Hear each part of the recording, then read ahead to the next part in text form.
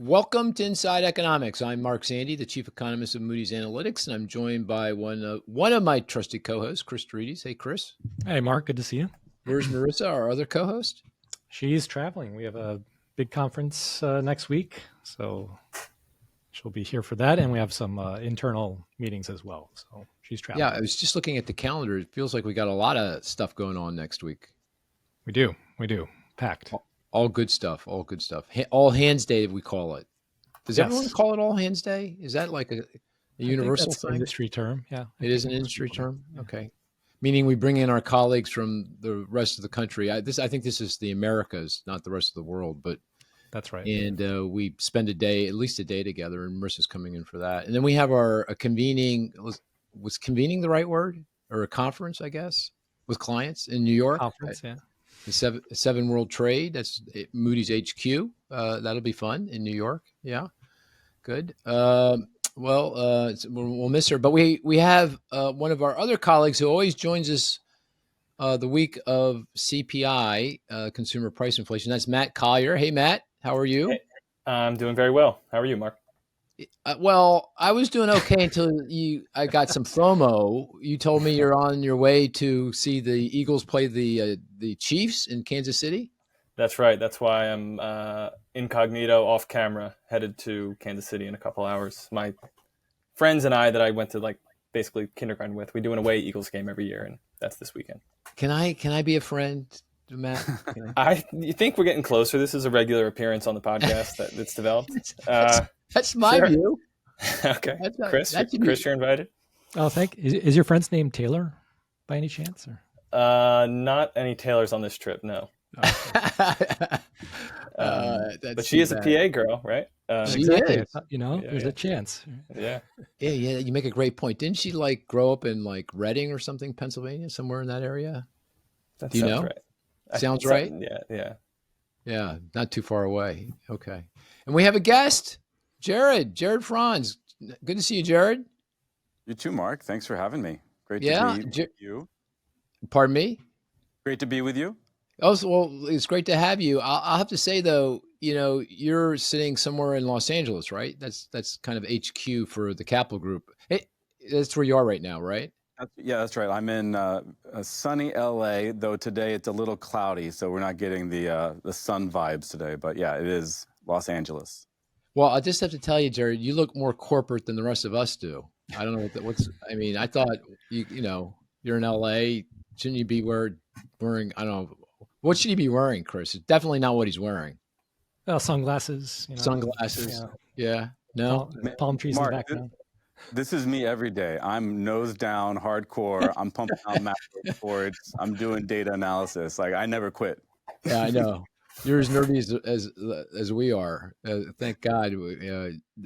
Can I ask, Jared? Are you the chief economist of Capital Group, or what do you call you?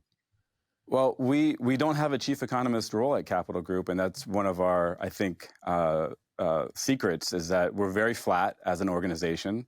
Even analysts, we don't have senior analysts and junior analysts or senior PMs and junior PMs. We have economists, and we have in our group, in addition to economists, we also have political analysts. So we have our political team is in our group, and we also have our accounting experts. And so that group makes up what we call capital strategy research. But yeah, there is no chief economist, and we kind of like it that way, actually. Cris, somehow I feel like that was a dig at me. I don't know. Yeah. No, I don't think so. Well, it makes a total sense to me. I mean, Moody's has been around for how long has Moody's been around? 100+ years. Yeah. Very hierarchical. But it's great to have you on. And, Capital Group is huge. Is it fair to call Capital Group an investment fund? How would you describe Capital Group? I think of it like in the Fidelity's, Vanguard's, Capital Group. Is that kind of sort of the right way you think about it? Yeah, I think I like to think about it as the largest investment firm you've never heard of.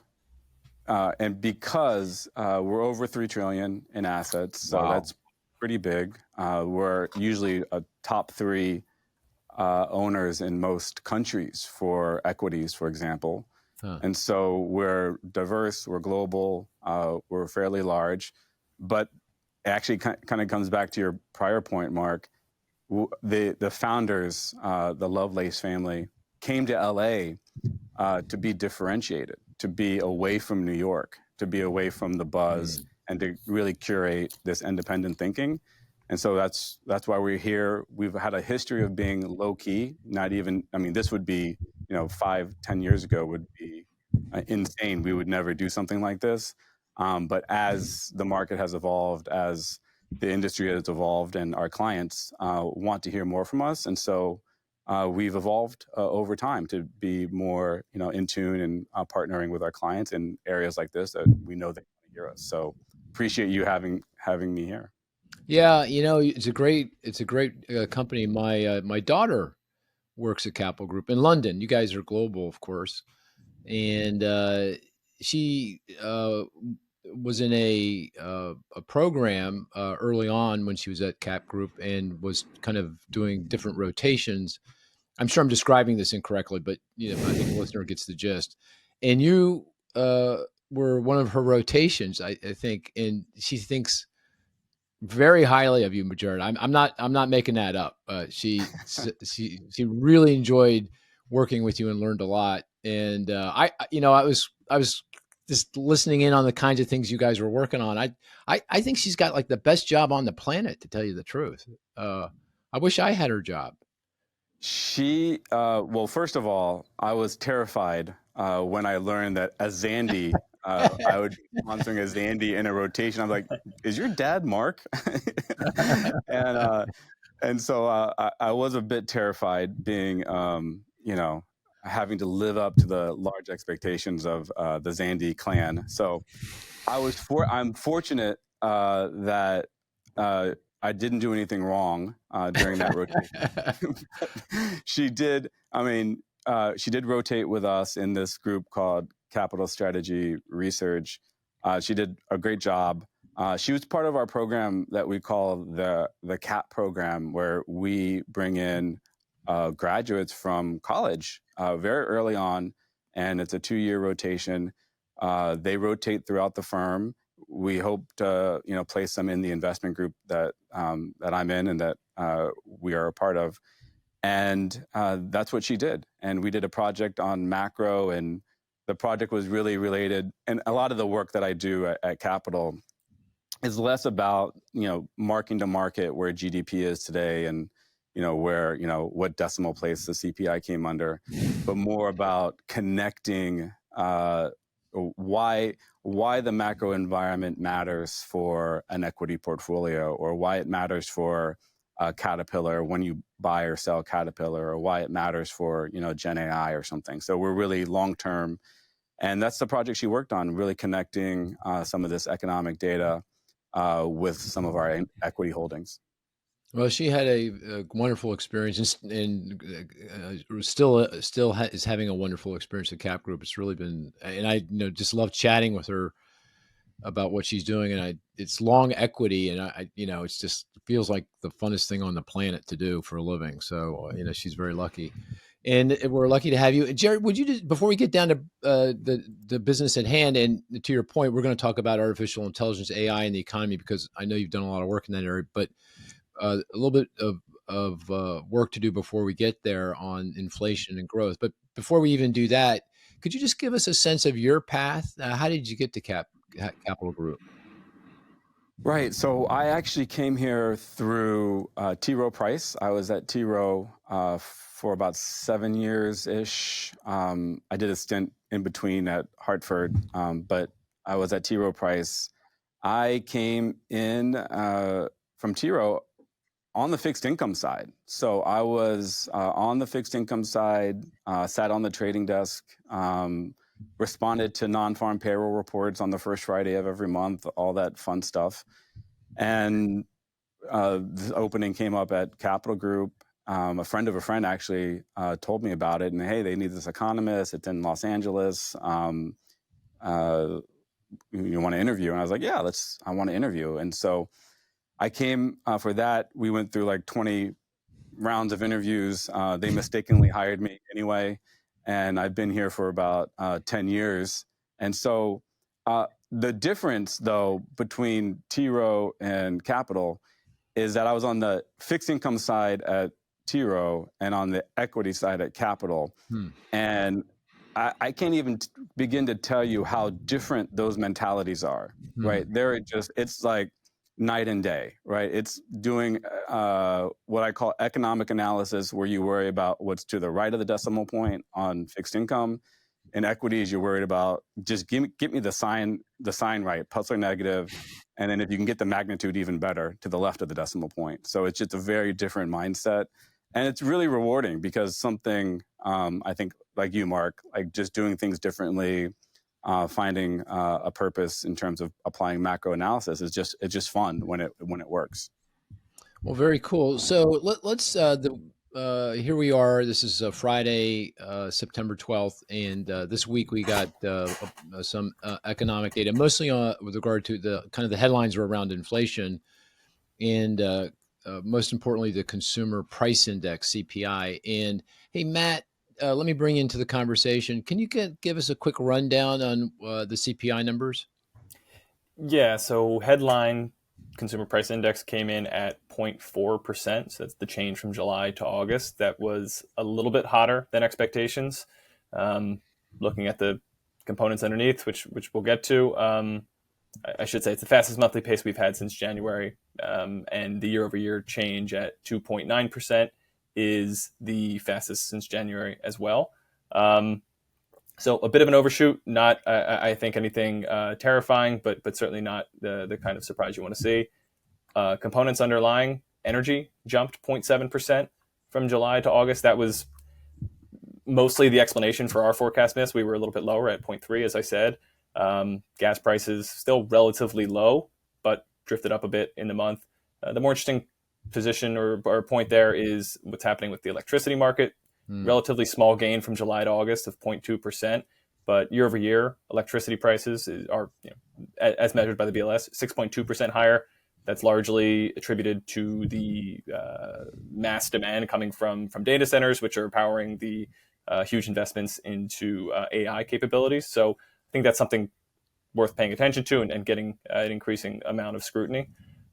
Food prices accelerated. I think that's another concerning point in August's report. So 0.5% for the CPI, food at home, we talk about a lot, generally considered a proxy for grocery prices.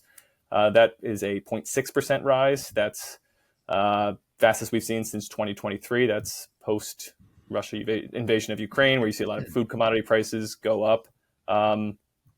A lot of food that we eat in the U.S. is imported from other places in the world. And if we track those types of goods, those food products, it's a relatively unsurprising story. So coffee prices jumped majorly. That's one of the underlying factors. Meat, that comes from Brazil, other places in the world as well. Big jump again, 5.4% higher for the CPI for meats, poultry, and fish. And looking at core CPI, which again, it accelerated from the month before. Again, strongest pace we've seen since January, a 0.35% increase. It was rounded down to 0.3%. And the year-over-year rate stayed at 3.1%. So that's the high-level overview there. General Can I story. ask, Matt, I know you construct a CPI for tariffed products. So, obviously there's a lot of concern around the tariffs, the higher tariffs, and the impact that's going to have on inflation, and trying to gauge, how big an impact it is having and will have. And you've constructed a index that's based on all the various goods that are subject to tariffs to look at what's going on there in terms of price increases. What did that say in the month of August? It was a 0.6% increase from July to August, so faster than average. Faster than average. That sounds like a lot. Yeah, and it wasn't so bad in July. Faster than average, I'm referring to the CPI basket. So we have everything that raised, that accelerated 0.4%. But if you just focus on the things that are import intensive, that's the average I'm referring to. And that, a 0.6% increase comes after mild but still positive growth in July. But if we take a 3-month snapshot, so we look at when tariffs have, to a varying degree, increasingly become the sense that they're here to stay over the past few months. I think as that's really settled in, what we've seen and what we think we're going to continue seeing is a real acceleration. So we look at the past 3 months on an annualized pace. Those goods, those tariffs, import intensive goods, are rising over 5% at a year-over-year pace. So certainly not good, and it's a strong acceleration from where those components. And just for context, correct me if I'm wrong, but prior to the tariffs, we're talking about goods prices. They tend to they're flat to down, right? So the 5% annualized positive is a pretty big swing here, relative to where we were before. Am I getting that right? Absolutely. The comparisons that when we're thinking of superlatives here, it's all back to the supply chain issues that we saw in 2022 as that recovery began in 2023. The period in between 23, 25, you're right. Goods prices are flat, certainly not driving any kind of inflation. That was a shelter story. Another service prices were keeping inflation elevated. Okay, so the conclusion would be tariffs are now showing up in the inflation data. Yeah, I think that's been clearer and clearer each month now for 3 months. One other explanation for higher inflation prices is restrictive immigration policy that it's been the deportation, the self-deportation. We've seen a very sharp pullback and even decline in labor force for foreign-born. Obviously that creates difficulties for those industries that rely on immigrants: construction, agriculture, manufacturing, transportation, so forth and so on. Any evidence in the report, the CPI report, that that labor market supply issue is showing up in higher prices? Do you have any sense of that? I think it's speculative to think. I mean, if you think of the agricultural sense, vegetable fruit prices have been rising. They're up, particularly for vegetables. So that's an agricultural story. Those higher labor costs or just scarcity is going to push prices up if there's not people to process food in the way that we were generally accustomed to. The second story, which I don't think is conclusive yet, would be to look at, as you mentioned, at construction and think about shelter prices. Is the shortage of available homes that kept shelter inflation high for so long, is that going to be exacerbated because of the disruptions to labor supply in the construction industry, as well as lumber prices being tariffed, coming in from different parts of the world? It may look like that. In August, we got a pretty strong increase in shelter inflation. The CPI for shelter jumped. I don't think that's the story. It's far slower moving than that. And I think it's more likely to be, even if we believe those intermediate concerns to be the case and to be inflationary, I think the much more persuasive case is that August increase was likely noise, and a lot of the month-to-month jump was hotel prices, which had been falling for a long time, and then in August jumped. They're still down pretty big year over year, and so is shelter, but shelter still drifting down. But I wouldn't overstate that case. Yeah, I was kind of thinking personal services. I noticed there was a pretty large increase there. More service or kind of on the front lines. That might show up more quickly. I don't think the shelter inflation has anything to do with anything related to immigration at this point. That takes a long time to play out. Okay, two more quick questions, and I want to bring Jared in and get his take on the numbers and inflation more broadly. I've noticed that CPI inflation feels like it's around 3%-ish. The consumer expenditure deflator, inflation as measured by the PCE deflator, is also kind of around 3%-ish. And historically, there's a gap between the two. The CPI generally runs, quarter point, half point, percentage point above the PCE deflator, and had been for, the last several years during the pandemic, clearly the case. It doesn't feel like, it feels like that gap has closed. Do I have that right? And do you know what's going on? I know it goes to the composition, different, these two indices are different compositionally, and there's a lot of different measurement, differences in measurement, but do you know what's going on? Do I have that right? Have you noticed that? That wouldn't have caught my, you're right. I mean, if you're leading me into our forecast too, by the way, I am ready for August PCE forecast I have, but yeah, I got to get that from you. Yeah, we'll get that next. Yeah. So you're at about 0.3 of a percentage point, 0.2 of a percentage point between the core CPI, core PC, and headline PC and CPI. I don't think I have a strong opinion outside of the compositional factors that you mentioned. Okay. Housing is bigger in the CPI, less in the PC, healthcare, vice versa. but I don't think it's so big that it's warranted a ton of attention. But maybe it is worth looking into. Okay. And you said now you have the PPI, the producer price index, which we didn't talk about, but we won't, and then the consumer price index, CPI. Those two things are inputs into the PCE, the consumer expenditure deflator, which we're going to get in a couple of weeks. What do you now think the increase in the PCE deflator will be in August? So we'll get our expectation is that we'll see a 0.2% increase in both the headline and core PCE deflator. So on the softer side, just given the compositional stuff, so things that were not so inflationary in the PPI that feed through to the PCE, keep that a little bit lower, and similarly with CPI components. So for the PCE, with our forecasted change, we'll see a slight increase in the year-over-year rate from 2.6% to 2.7%.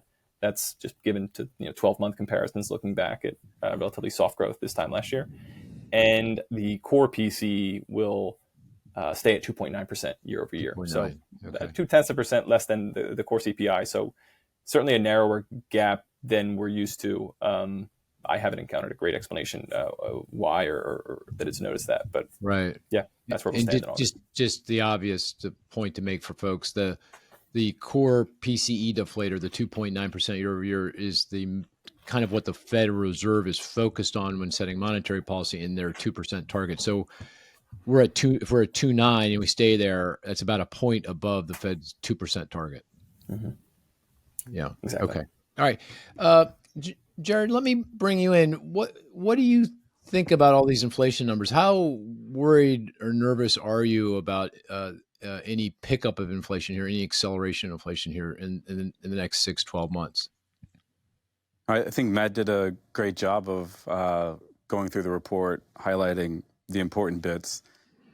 In terms of overview and like how I'm thinking about it, we're in the camp that tariffs will cause prices to rise, and one-off or not one-off in this whole debate, that's happening. We're going to get 3% inflation. We're already close to that now. My base case has been 3 and some change heading into year end. If you look at some of the underlying data in terms of the posted tariff rate and what's actually coming in, we're not quite there yet. It takes time for these tariffs to move through the economy, and so we're going to still see this inflationary pressure, I think, in the reports ahead. Now, am I worried that we're going to get some type of 1970s hyperinflation or something like that? No, but high inflation after already high inflation for the last 5 years, where the mandate has been breached for multiple years now, does create some issues in terms of where consumers' heads are at. It does increase this risk that inflation expectations could become higher, that we have more persistent inflation. Now, you know as well as I do, Mark, pre-COVID and for the decade prior, we struggled to reach the 2% target, right, from below for decades, right? And we're like, oh, we'll never get there, and this is a lost cause, and just throw in the towel. And now we're going to struggle to get down to the target, I think, for quite a while. That's really what I have in my base case, that I have, even beyond 2026 and into 2027, that we don't really breach below the 2% target, but we're in this 2 to 2.5% regime for a while. That's that's not awful. It's higher than it was. If you take 1.5 to 2.5, that's important, and that's pressure on individuals. But I think we'll have to, in terms of the near term, I do think we're in this deep mini cycle, what we've called it here at Capital, a deep mini cycle that is going to slow growth because of the tariff pressure. That's going to slow consumer spending. We have business fixed investment, CapEx, that type of stuff slowing down as well from the uncertainty, policy uncertainty. So we do think we're going into this slower, rough patch, let's call it. And then 2026 looks a bit better, but again, inflation is not coming down quickly. We'll see what other policies are passed and or what they look like in 2026. but we don't see this huge rebound in 26. So it's a pretty muted forecast for now. We're worried about inflation, but not hyperinflation. Just to make sure I have what you said right, or at least one part of it. Did you say we're kind of inflation as measured by the consumer expenditure deflator is going to kind of settle in around 2.5% for an extended period, as opposed to going all the way back down to the 2% target? Right, between 2 to 2.5. Oh, between 2.5. Yeah. So the Federal Reserve is going to allow that to occur. I mean, presumably, if the Fed wanted 2, they could get 2, but they're not going to do that. I think so the implicit answer is yes, they will. They'll allow it to occur, just as they, a 1.5 wasn't the end of the world, right? Pre-COVID, 2.5 is not the end of the world post-COVID. Right. And how much pain do you want to exert to get that last 0.5%? And we all know that if you're printing 2.5%, the standard errors are enough that maybe you are printing 2. Who knows? Right. Right. Good point. Yeah. Right. Good point. And I guess you could also, I don't know how you feel about this, but there's been, in my view, kind of a reasonable argument that 2% may not be the right target. Maybe it should be a little bit higher, given that underlying growth rates are at least up till now relatively slow. And more likely that you'll hit the zero lower bound if you don't have a somewhat higher inflation target. So maybe de facto we're getting there, one way or the other. Yeah. Okay. Yeah. I mean, that's irony, right? Because they were struggling to get to 2%, and now, right, you can't get it below 2%. I've always thought, as I think about, we did the strategic review, and we've done another one, and we're always kind of fighting the last battle in a way. And I don't know, I would be curious what you think, Mark, but why not go to a 2% and just say plus or minus 1, right? Kind of a target with a range, right?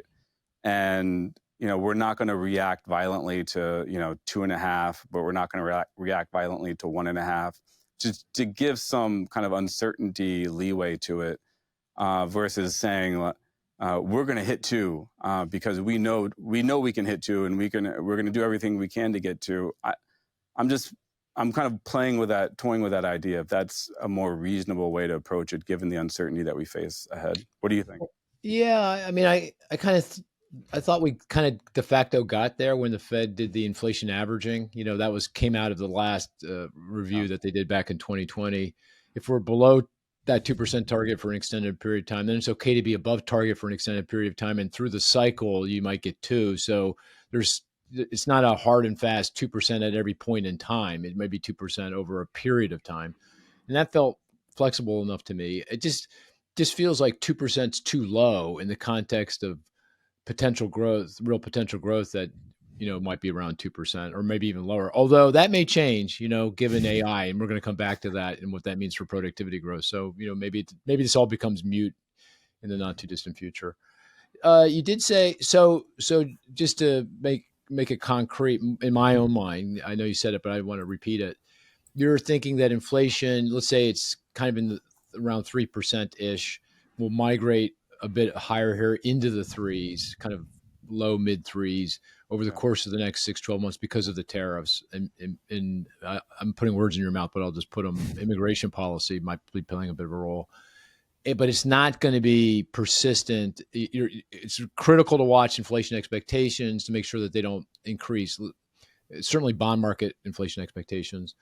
So far that hasn't happened. Therefore, this inflation should moderate back and ultimately settle in somewhere in the low 2s, the 2.25, 2.5.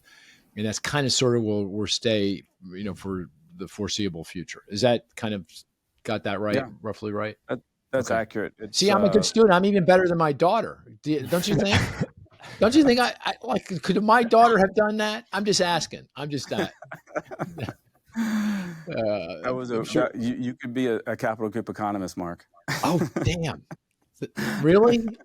I'm telling you, she's got the greatest job on the planet. Okay, well, let's turn to, you mentioned this already, but just to flesh it out a little bit more, is growth. And your sense is that the economy is going to be it's not going to be a recession. Again, I'm putting words in your mouth to see how it tastes, but no recession, but kind of a sluggish economy here, as it tries to digest the higher tariffs.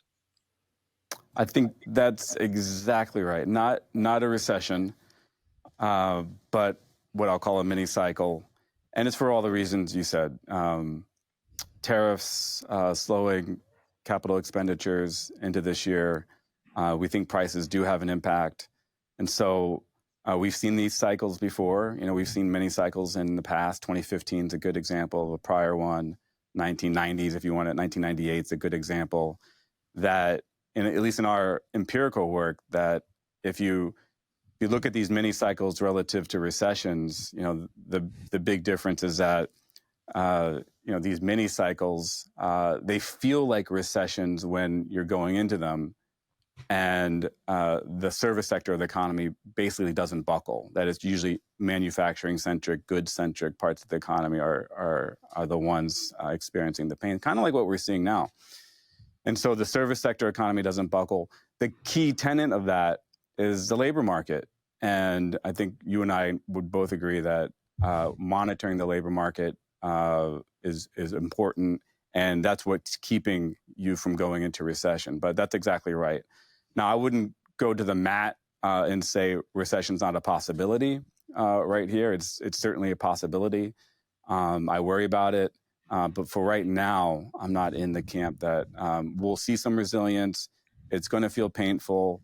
It's going to last for probably the next 3 to 6 months as we get into the new year. But eventually, we're going to turn the boat a little bit, but it's not going to be a V shape. It's going to be more, go back to the letters and all that stuff. Mm-hmm. What shape are we in? It's going to be more muted. So is there an indicator, 2 or 3, that you're looking at to gauge whether that forecast you just gave is correct, or whether something darker is going to happen here? Is there some leading indicator that you put more faith into than others? I have my magic 8 ball like you. I just shake it up. Today is a promising day. Yeah. I think I always go back to, well, I'll give you 2. 2? The first indicator is, one of the great things about working at Capital is that our analysts are talking to corporations every day around the world in real time, globally, right? It's just happening every day. We have a research platform that we publish all that work in. What did such and such say about the semiconductor cycle? What did this person say about electricity? So it's just a rich platform that we're getting these real-time insights from management teams around the world. So I read that every day. First thing I do is open it and read what's happening, what people are writing about. And when I read over the last 6-8 weeks, or even throughout the cycle here, we're not getting the signals that you would expect if management teams were worried about recessions. We're not getting. Yes, they're concerned. They're concerned with tariffs. They're concerned with supply chains. They're concerned with geopolitics. They're concerned. There's definitely concern. But there's not, hey, we really need to pull back 15-20% on hiring. We need to pull back on CapEx. And so it's that internal research platform that I put a high value on, and I read every day. And then the second, in terms of economic indicators, because I know you don't have access, and our folks don't have access to it. I was going to ask if I can get on your mailing list, but I assume that's not possible. Yeah. Yes. You can become a Capital Group client, Mark Zandi, if you invest in the American funds. Oh, that's good to know. That's a good point. See how he's a great salesman too. Yeah. Wow. Yeah. Jeez.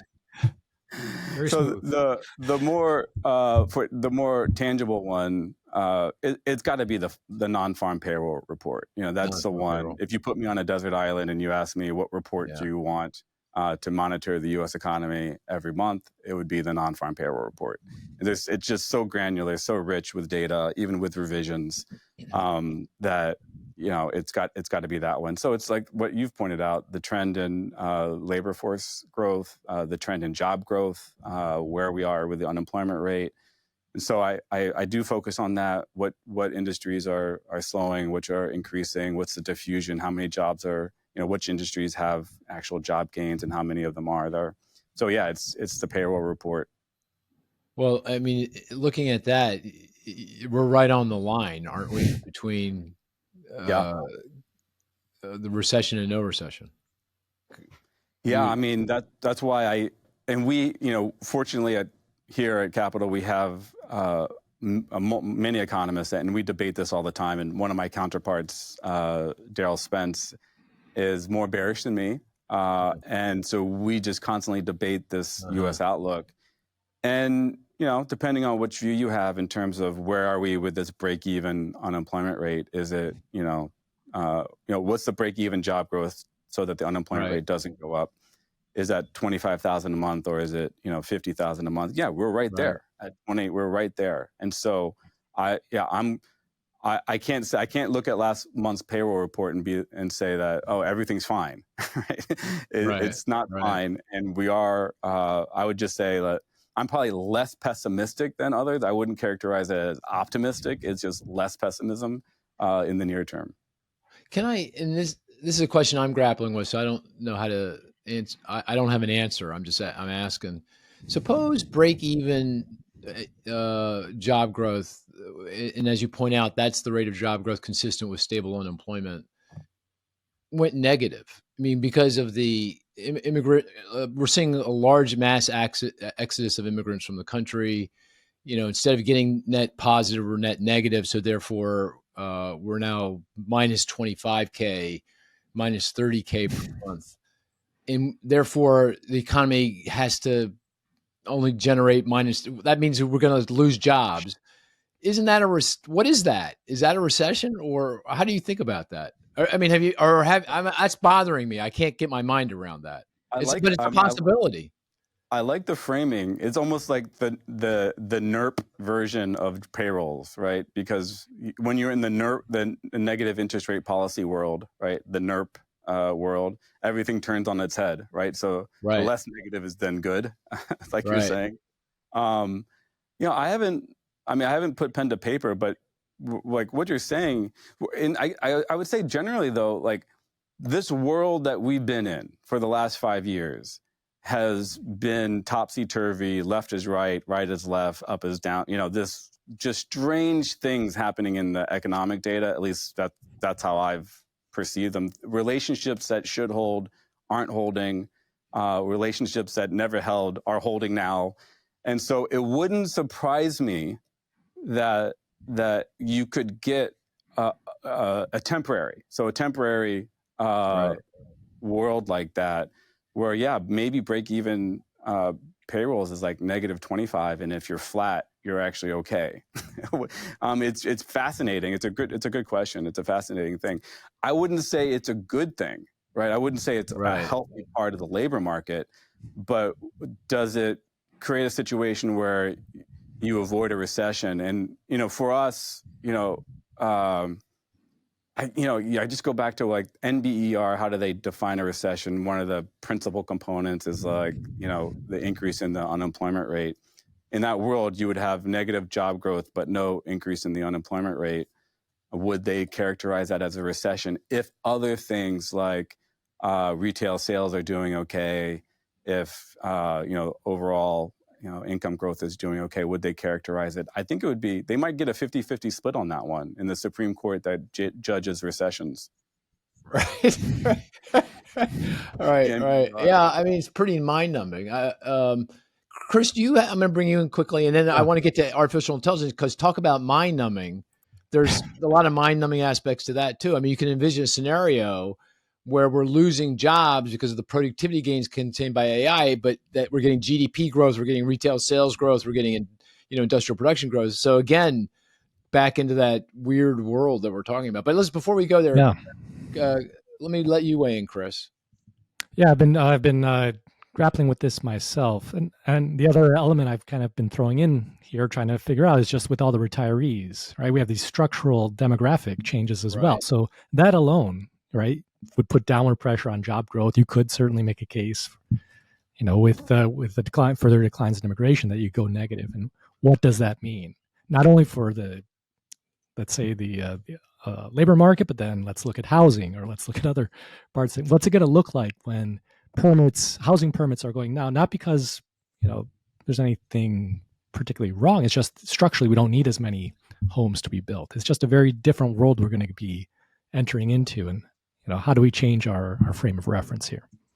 There's so many things to talk to you about, Jared. I mean, and I only have you for another less than a half hour, and I got to get to AI. But I got one other question before we get there. I think I got so many.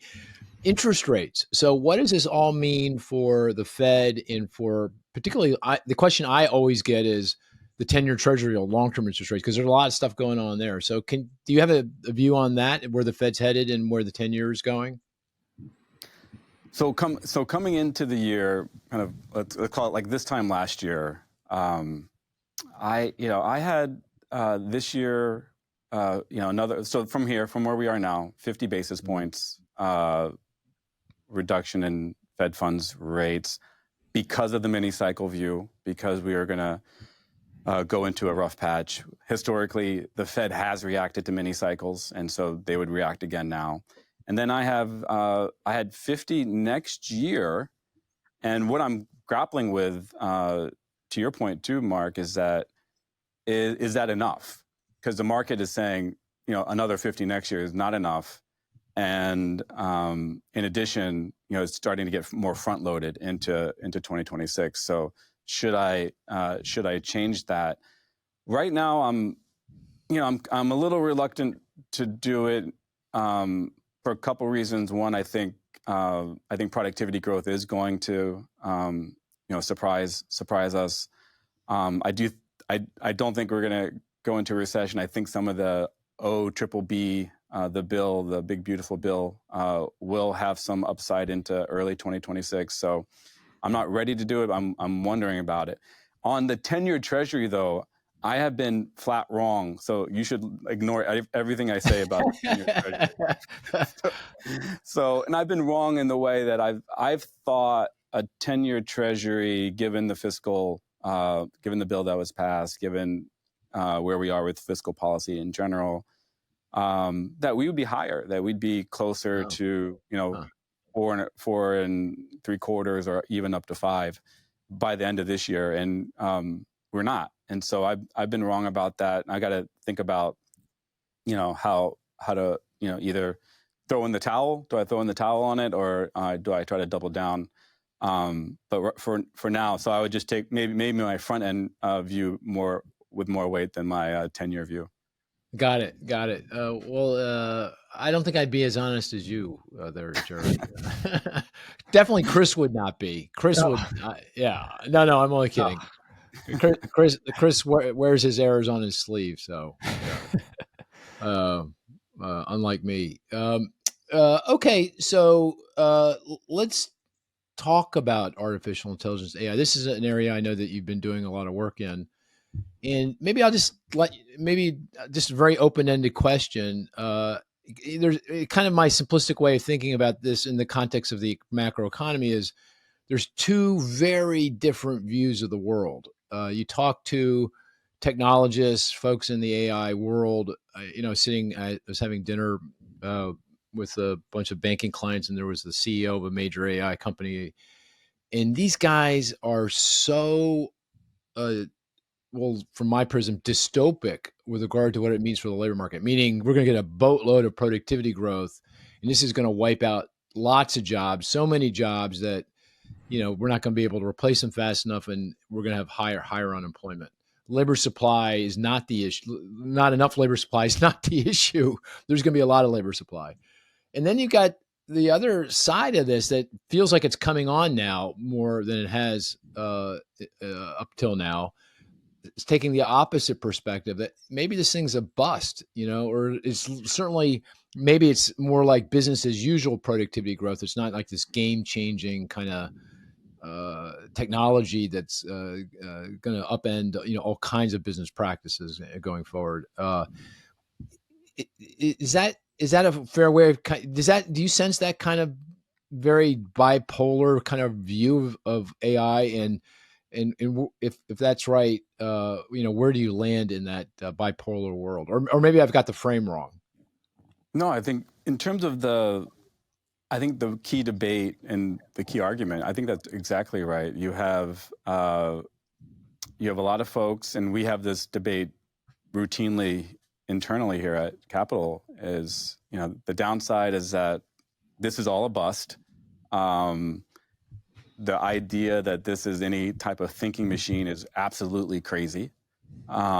This thing doesn't think. And we've just, if you look at some of the hyperscalers and their investment plans for 2025 even, and into 2026 are massive, right? I mean, the money, I did a calculation, Mark. I think I brought it to one of our nerdy economic conferences that we do every 2 or 3 times a year. But I calculated if these plans are correct, then every incremental dollar into U.S. and capex will be AI. Like every incremental dollar will, if these estimates are correct, which means that like non-AI is just getting crowded out, right? Any non-AI related capex is getting crowded out. And so if you layer on top of, hey, this is a kind of a useless transformer architecture that mimics but doesn't actually help us, and all the capex spend that is going into it, and the valuations, as you kind of alluded to, the valuations of these companies are so high. That outlines the bear case pretty clearly. The upside, I always think about the upside as like the closer you get to Silicon Valley, the more you hear the dystopian, case, which is I'm saying upside because it's upside in the sense of like we're going to get these massive productivity gains, but eventually you're going to get this like job loss because it's just so good at doing the jobs that we do. Not your job, Mark. Maybe my job. So I'm the first. No, I'm the first to go. I assure you, I'm definitely the first to go. And I, in terms of those bookends, right? I have skepticism of both of those views.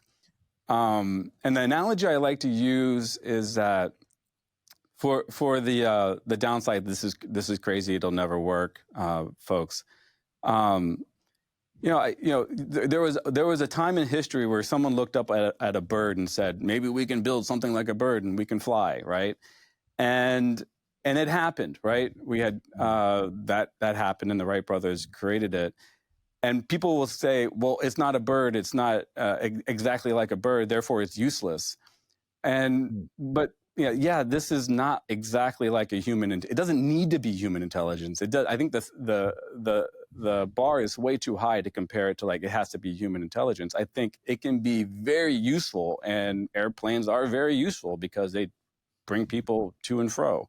This can be very useful for a lot of the work we do. So even if it doesn't live up to the hype of like intelligence and super intelligence and AGI and all that stuff, I think even the lower bar of helping us do work differently, I think is still pretty important and will be productivity enhancing. I've changed my workflow over the last year versus what I did based on this, and so I think others are doing the same. And then the other side of Can I just stop you there 1 second, Jared? Can you flesh that out just a little bit? I'm really curious. If you feel comfortable, what about your workflow has changed? Oh yeah. So what I'll do a lot more. So I like to play with it. So we've been working with AI. I wrote my first research note at Capital on AI in like 2015. It was Wow. actually it was a rebuttal to Larry Summers Oh. and Bob Gordon. How did that go? How did that go? It was only internal. He didn't read it. Oh, he didn't read it. Okay, thank goodness. But he was talking about secular stagnation and Oh, how I we'll see. never grow again and all Right. these things. And I was like, Right. I don't know if that's necessarily true. And here's this AI stuff that kind of nerdy people are doing. Anyway, but how's the workflow changed? So what I'll do is so we have Copilot internally. We also have access to ChatGPT and some other models. And so I think like one of the things is just I'm doing less time doing rote work of like looking for stuff, right? Looking for data points, looking for things. I can get them much faster. I think we do so much work. We've been doing it for a long time. You kind of forget things from the past a bit and just okay, what happened in blah blah blah, and you type it in. I'll have 4 or 5 different versions of Copilot open and just be like, they're doing deep research for me, kind of asking questions like, yeah, you better get to work. Why haven't you finished yet, right? And they'll be chugging along on my questions, and I'll be working on something else for an internal client or maybe for a presentation or something. And I'll be doing that kind of, and it's doing its thing in the background, and that's a regular part of my workflow now. It doesn't do data and analytics and charting and all that stuff very well. It actually does a pretty bad job. But I think eventually, I think in a year from now, when we're talking on the podcast, and I'm absolutely wrong, and we've gone into a very deep recession and dystopia has occurred, that I think it'll have gotten to a point where we're seeing more kind of charting and things like that. So I've changed my workflow as an economist. We've changed things to internally in terms of how we do things. But yeah, it's different. Have you used it, Mark? Like, Oh yeah. I anything? mean, I similar to what you're doing. It helps for me. It helps with the blank page problem. Just getting started. Because I think what I get back from AI isn't. I don't feel comfortable with. I mean, it's far from I'm comfortable with it, but it's a start, right? And it gets you going. I find that for me the hardest part of writing and doing research is actually just writing the first word. So if something can write the first word for me, what I find kind of mind numbing though is like I'll say, hey, can you? Because I'm always writing something. Can you take what I just wrote and elaborate and expand, and please do it in Mark Zandi's voice? Because there's a lot of stuff out there that I've published, and so there's a long history for 35 years of stuff I've written, so that it's got a lot of content that it can use. And then I'll say, you can bring in other sources, but please annotate. I want to know exactly where this is coming from so that I can go back and take a look. And I find that very useful, very, very helpful. And then for certain complex statistical analysis, reading academic papers is hard. It takes a lot of time, a lot of energy, and it's very helpful in distilling down, the kind of the core of what's being said, and then helping in a very intuitive way, what are the statistical approaches and techniques that are being used here, that kind of thing. So I do use, and we're using it for our modeling. Right now we haven't unveiled this yet, but we've got this large scale model of the global economy, and we have different agents that can do different things for you, like decompose the change in the forecast into what caused the change, or take a look at this equation, tell me exactly what's driving it and what's the most sensitive, that kind of stuff. Or I want to determine the impact of higher tariffs on autos from Japan. How do I shock the model to be able to do that? These are all, if I had to figure that out, that would be very difficult. It'd take a long time. I could figure it out. It'd take a long time, but this gives it to you, and it's not always right, but it again, it goes back to the blank page problem. It gives you a real start, and you go, oh, okay, I didn't think of that. So there's a lot of value in that. But I don't know, Jared, and I stopped you because you have to go back to the other dystopic thing. But the one thing I don't get is AI, everyone's using AI. Everybody, all our competitors, everyone's using AI. So all it does is raise the bar. It's not like I need, I still need, really good economists working on this. They're just, the level of the work that they're doing is just higher, but I still need them. Their skill sets may be different, and the types of work they're doing different, but it's not like I'm going to reduce my head count as a result. In fact, I might even have to increase my head count, because I'm in this pitch battle over AI. So anyway, I digress. You shouldn't have asked me that question. I can go on, but let me turn it back to you. That's a good segue, actually, because I think that gets you this, like, why this, like, mass job market layoff thing, in my view, is a lower probability. Right. Is because, right, we are going to change the type of work we do, and we actually might need more people to. So if you're successful, let's say Moody's is successful at implementing AI, you're going to do things better, faster, cheaper than your competitors. You're going to have more and more clients. You're going to have more and more demand for your services, and so you're going to have more economists, right? And so I'm skeptical of this, total dystopian view that that folks have laid out. But I will take a sliver. I'll take a sliver of where I do think there is danger for certain roles, right? So if you have, I've created this kind of silly criteria, and I talk about it internally, that if your role has a very large context window that's well defined, there's lots of research on it, right? Okay, that's you might be susceptible to AI. If your role is a very standardized input and output, right, that I'm just taking X and I'm creating Y, you might be susceptible to AI. If you're getting paid for 1 and 2 at a very high rate, then you are susceptible to AI, because AI can do those first 2 things pretty well. If you've got a pretty standard language and kind of what you do, and it's input and output very standardized, and you're getting paid, $1 million to do it, why would a corporation continue using that role in that way? So I mean, that's an extreme example, but hopefully it highlights there are components of the labor market, and I think I presented this to CBE, Mark, one of our meetings that we attend together. If you look at portions of the labor market, one area that I think, and Benjolfsson has written a paper about this, and I think Microsoft Labs have written some papers, kind of where is it, where is the labor market, where is it happening? Tech, if you're a coder and you're in tech, and there's that, coding input output, very standardized coding that you're doing it, and you're getting paid a lot, it's logical that you would see some disruption to that cohort of labor. And I think you can see it in the official labor market statistics already.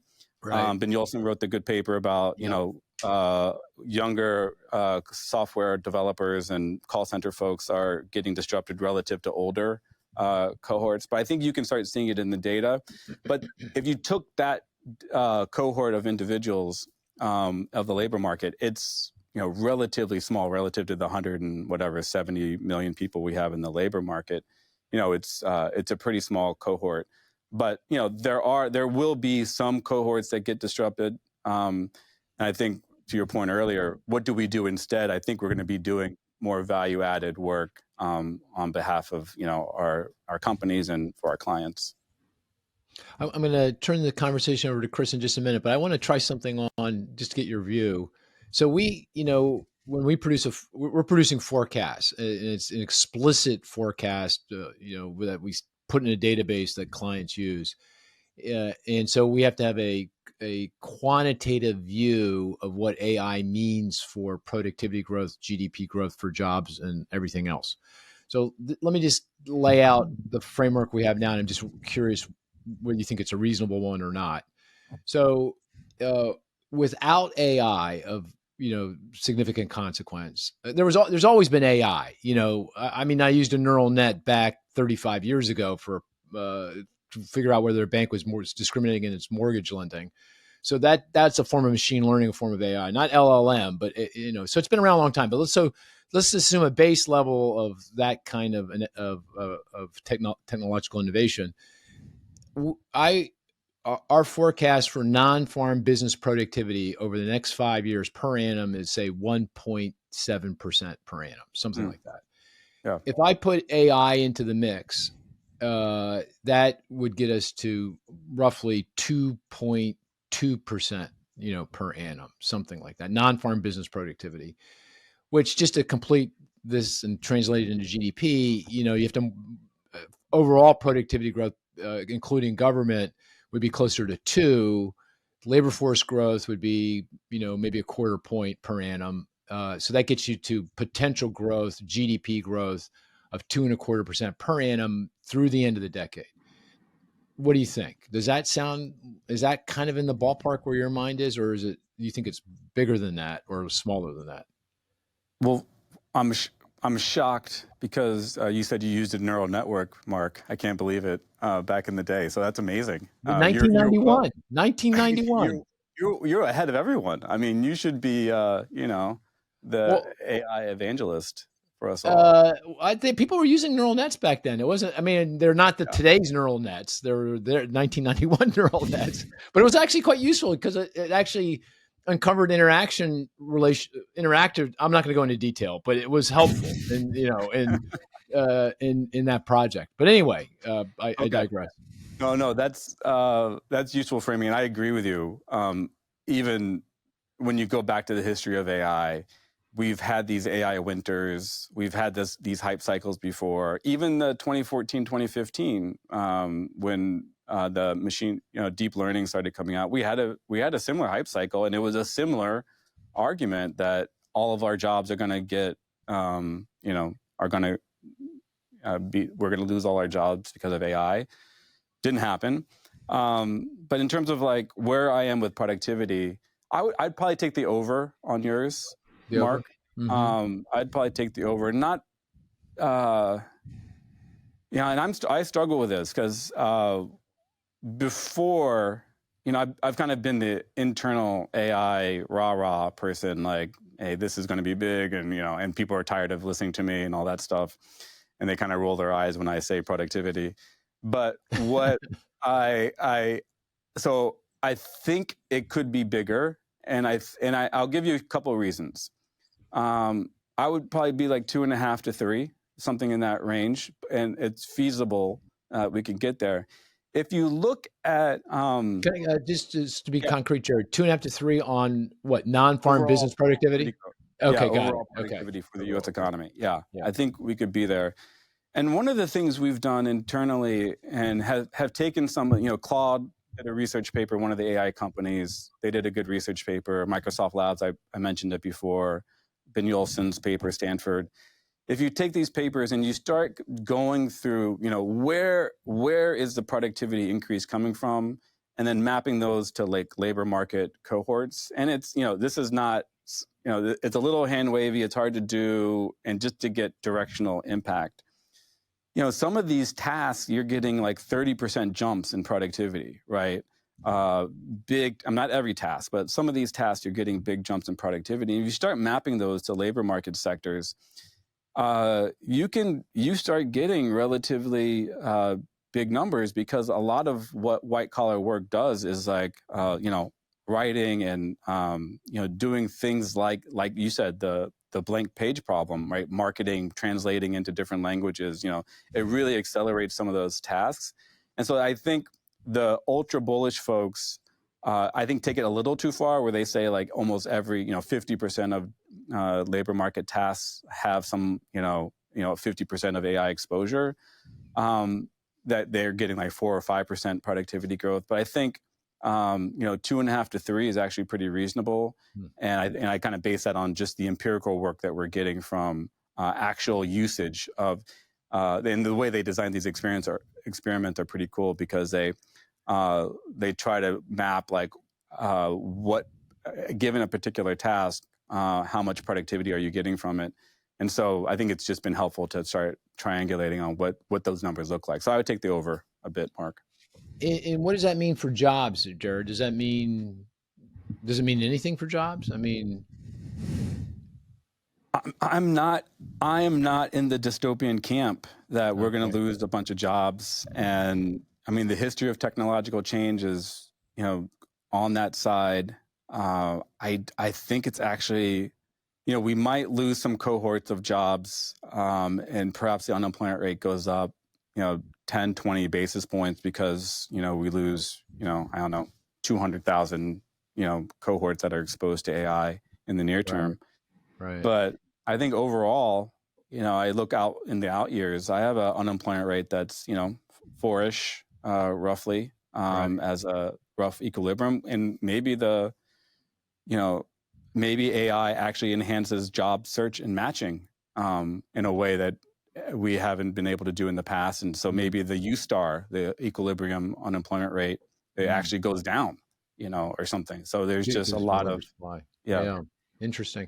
Hey, Cris, we're getting long in the tooth, and I know I dominated the conversation, but anything you'd like to ask Jared, or anything you want to push on here? Sure. Maybe just continue on this last point here. As you're thinking about productivity, and so you've got this optimistic forecast, is that completely driven by the AI world, or it seems like AI has now taken all the oxygen out? We were thinking about a lot of other productivity gains before AI came on the scene that would come on, green technology, synthetic biology, even the GLP, the weight loss drugs make people healthier.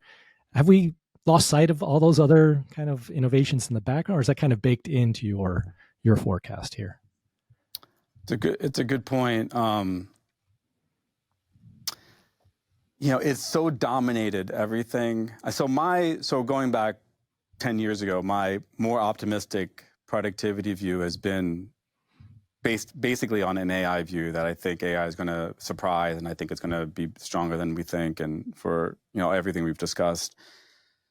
I'm trying to think of a big productivity enhance. So like a GLP-1 drug makes us healthier, and so we're more productive at work type thing. Cris, that's right. And maybe not the scale of AI, but certainly contributing. So does that factor into your more optimistic view? I wouldn't say it's a marginal driver. The other one I think of a lot is about what was the operation? Did we do it was Operation Warp Speed that we created the vaccine out of back in 2020? I can't remember the name of the Warp Speed. Was it Warp Speed? Is it Warp Speed? Yeah. I forgot. Project Warp Speed, right? So I think if you look at that process, right, where you took usually it takes like 10 years to develop a drug, right? And we did it in like 18 months or something, right? Massively productivity enhancing, right? Relative to where we were prior. But those are there kind of structural things that we can do in drug discovery, for example, that I think about, but I haven't like integrated into like a numerical forecast in terms of the contribution to productivity. But I got to think there's a lot to be said about that model as being a way to develop drugs in the future. But also, you get into what is AI good at? What is machine learning and deep learning good at? Is creating, taking large, massive amounts of data sets and finding relationships that humans, take longer to do. They'll probably eventually do it, but can do it much quicker. Can it accelerate this discovery of different types of drugs? I think the answer is yes. Our analysts at least agree on that there is something there. So I think that's also, healthier lives, more productive lives, are also a component of it, but I just haven't marked to market that view. Sure. The one thing I do worry about in terms of, and I let me say, the standard errors around these projections, I'm totally with you. Like, I don't know, it's all over the place.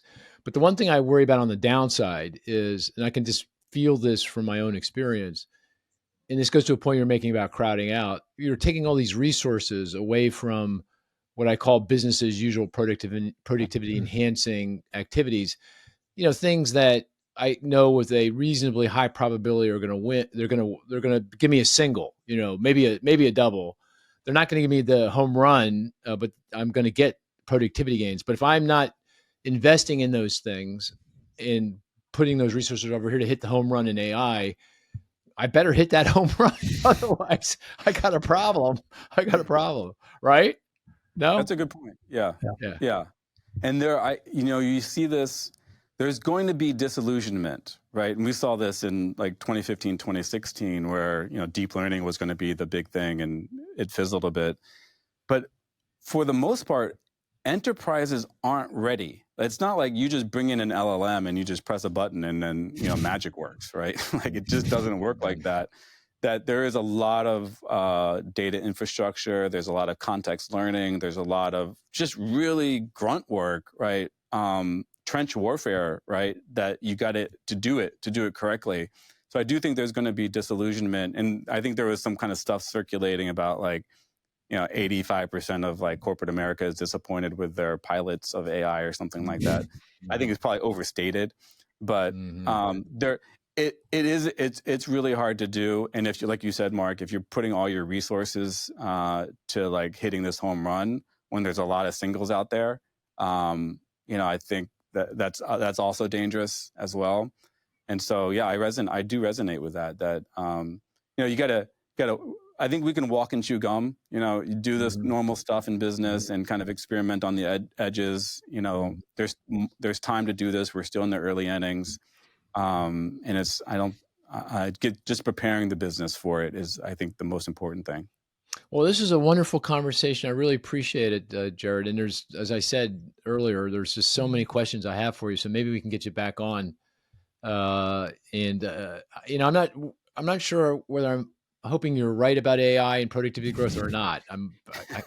I have to think about that because there's a lot of other questions about who wins in that world and who loses in that world. I mean, and what do we do about that? But anyway, I've been digressing a lot. But I want to thank you for taking the time. Really do appreciate it, and hopefully we'll have you back if you'll have us. Of course, and we'll have you back into Capital Group as well, Mark. I always appreciate your views. And I'll be equally as wrong, the last time I spoke to the group. But thank you so much, Jared, and we'll talk to you soon. And with that, dear listener, we're going to call this a podcast. Hope you enjoyed it, and we'll talk to you next week. Take care now.